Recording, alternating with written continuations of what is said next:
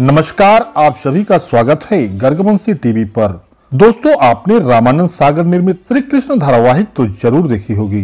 रविवार की सुबह 9 बजे टीवी से चिपके लोग और टीवी पर मासूम सी मुस्कान के साथ भगवान श्री कृष्ण का दमकता हुआ चेहरा हर किसी के जेहन में ताजा होगा।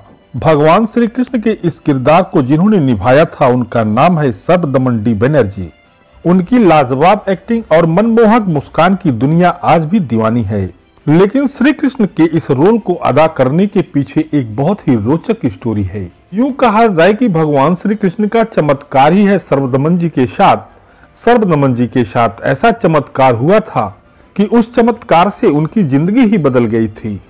आइए आपको बताते हैं शरदमन जी के साथ ऐसा क्या हुआ था और उनके ऊपर, या यूं कह सकते हैं कि उनके शरीर पर किस अदृश्य शक्ति का साया आता है और क्यों महाचकाचौंध नगरी मुंबई को छोड़कर पहाड़ियों के बीच बसे और गंगा मैया की कलकल करती धाराओं के समीप ऋषिकेश में जाकर बस गए और वहां समाधि नामक एक कुटी का निर्माण किया। शरदमन डी बनर्जी के जीवन के कुछ पहलुओं को जानने से पहले अगर आपने हमारे चैनल गर्गवंशी टीवी को सब्सक्राइब और वीडियो को लाइक नहीं किया है तो आपसे विनम्र आग्रह है कि आप इस चैनल को सब्सक्राइब और वीडियो को लाइक जरूर कर दें ताकि आपका सपोर्ट हमें मिलता रहे। शरदमन डी बनर्जी का जन्म एक बंगाली हिंदू ब्राह्मण परिवार में 14 मार्च 1965 को उत्तर प्रदेश के उन्नाव डिस्ट्रिक्ट में हुआ था। उनकी प्रारंभिक शिक्षा सेंट अलाइसियस स्कूल कानपुर से हुई थी। उसके बाद उन्होंने पुणे फिल्म इंस्टीट्यूट से ग्रेजुएशन की पढ़ाई पूरी की। इनकी निजी जिंदगी की बात करें तो इनकी शादी सुनीता से हुई थी, जो कि पेशे से एक डॉक्टर हैं, मगर अफसोस की ये शादी 14 वर्ष तक ही चल पाई। इन दोनों से एक बेटी भी है, वह भी पेशे से एक डॉक्टर हैं। शरदमन डी बनर्जी की पत्नी और उनकी बेटी के साथ साथ ही उनकी 2 बड़ी बहनें हैं, रूपाली और नवनीता। शरदमन डी बनर्जी ने एक बार राजेश खन्ना की एक्टिंग से सजी फिल्म अमर प्रेम देखी तो वे बहुत रोए। फिल्म देखकर बाहर आए और फिर से टिकट लिया और फिर फिल्म देखने लगे। फिल्म में राजेश खन्ना का पात्र उनको बहुत पसंद आया। एक किरदार उन पर इतना हावी हो गया कि वो वैसा ही बनने की सोचने लगे। वो सोचने लगे कि मैं इतना अच्छा आदमी तो नहीं बन सकता, लेकिन अभिनेता बनके तो कम से कम ऐसे किरदार तो निभा सकता हूँ। और उन पर भगवान की ऐसी कृपा हुई। फिल्म इंस्टीट्यूट FTI से निकलने के बाद सन 1981 में उन्हें पहली फिल्म आदि शंकराचार्य करने को मिली, जो दुनिया में नामी ज्ञानी संत थे। इस फिल्म को करने के लिए शरदमन डी बनर्जी ने अपने सर को मुड़वाया था और कई वर्षों तक नंगे पैर ही घूमते थे। फिल्म इतनी अच्छी साबित हुई कि इस फिल्म को 4 बार राष्ट्रीय पुरस्कार भी मिला। उसके बाद फिल्म वल्लभाचार्य गुरु श्री दत्ता दर्शनम भी की। फिर उन्होंने डायरेक्टर के विश्वनाथ के साथ तेलुगु फिल्म श्री वेनेला की। इसमें उन्होंने अंधे होने का किरदार किया था। इस फिल्म में उनके साथ अदाकारा मुनमुन और कमल हसन की पत्नी सुहासिनी हसन भी थी। इस फिल्म में उन्हें स्टेट अवार्ड से नवाजा गया। इसके बाद उन्होंने कुछ और तेलुगु फिल्में की और फिर मुंबई आ गए। मुंबई आने के बाद उन्होंने कई सारी फिल्में और टीवी सीरियल भी किए। इसमें 1993 में कृष्णा, 1998 में फिल्म स्वामी विवेकानंद, 1995 के सीरियल अर्जुन, 2001 के जय गंगा मैया और 2005 के ओम नमः शिवाय में भी काम किया। शरदमन डी बनर्जी साहब रामानंद सागर जी के साथ काफी वक्त तक जुड़े रहे। उनकी सबसे महत्वपूर्ण और चमत्कारी रोल कृष्णा किसी भी अभिनेता के लिए बेहद महत्वपूर्ण रोल था। लेकिन आइए जानते हैं कि शरदमन को कृष्णा का रोल कैसे मिला। वर्ष 1993 में कृष्णा धारावाहिक का निर्माण करते समय रामानंद सागर ने शरदमन डी बनर्जी को कृष्णा का रोल ऑफर किया, लेकिन शरदमन ने यह कहकर मना कर दिया कि मेरे अंदर शिव है, मैं कृष्णा को सही से जानता नहीं। रामानंद सागर जी के बार बार कहने पर उन्होंने जवाब देने के लिए 10 दिनों का समय मांगा।